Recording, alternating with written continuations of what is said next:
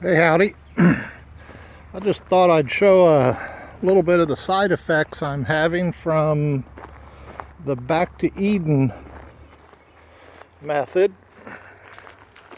You get down here, you can see that pile of wood chips. It's about 3 feet thick on the 3 feet on the thick parts. Been sitting here a couple of years, and this lower half you can see, and obviously I haven't been able to cut the grass in the fence, and it went to seed and accelerated it. But this was covered a month and a half ago, and the grass coming back is just thick and rich. I got sunflowers in here and put some beets in. We did them early, didn't think they would come up, so we threw sunflowers in.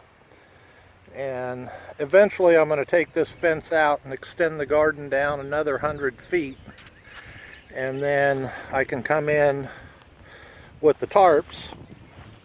That's the second half of what I was going to talk about. The cover method for killing off weeds. This section here, I'm going to move some of the tarps and get it killed down.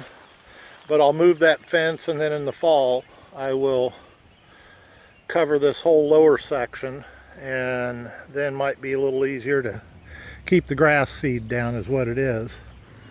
And same on this fence going up the hill here.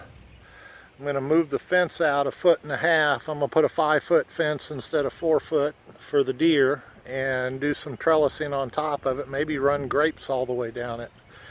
Right now this fence is about 125, 130 feet long. And like I said, I'm going to extend it.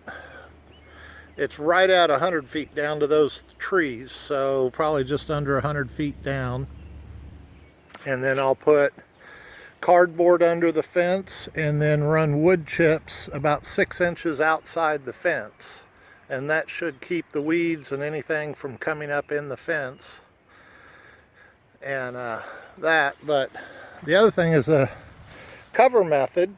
These tarps, I have some that are cut here. These are billboard tarps, and they're dirt cheap. I'm getting ready to order some more, just to help me keep down on these weeds. And then in the wintertime, because I'm on a hillside, I get a lot of erosion, and I'm kind of crisscrossing the beds, try to help on that. But come wintertime, with enough tarps, I'll cover this whole hillside with tarps, and that should really help in the weed control. But doing pretty good so far, except for this down part. And this grass is grown in so thick and hard, it's almost impossible to dig out with any kind of hoop hoe or a hoe or anything. And so we're just going to let it go, do what we can, and then get it covered in the winter. So, but things are looking pretty good. We put in another, what was that, about 80 feet worth of beets, and almost a little over 100 feet of more bush beans. And then bush beans down here. These are peppers. We put some more cucumbers on these trellises here. And some of it's a little late in the year, but that's what happens when you have a full-time job and trying to do this on the side. So hopefully that'll change in the next couple of years. So, but anyway, let's walk up the hill real quick. Like I say, I thought I'd see the side effects of the wood chips. You need to watch out, because they really fertilize the ground all around it. As the beets are looking real good there, bush beans there. Our carrots, to us, like I said, those are great. That's wild strawberry growing, got to kill it out with tarp.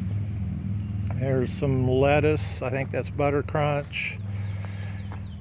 Radishes, some more peppers. Some peppers and lettuce that we've already harvested for the year, and just there's some spinach we tried to put in down there. It may or may not, it's getting pretty hot up here, so. But anyway, there you go. Be careful when you do the wood chips, because they are a lot of nutrients involved.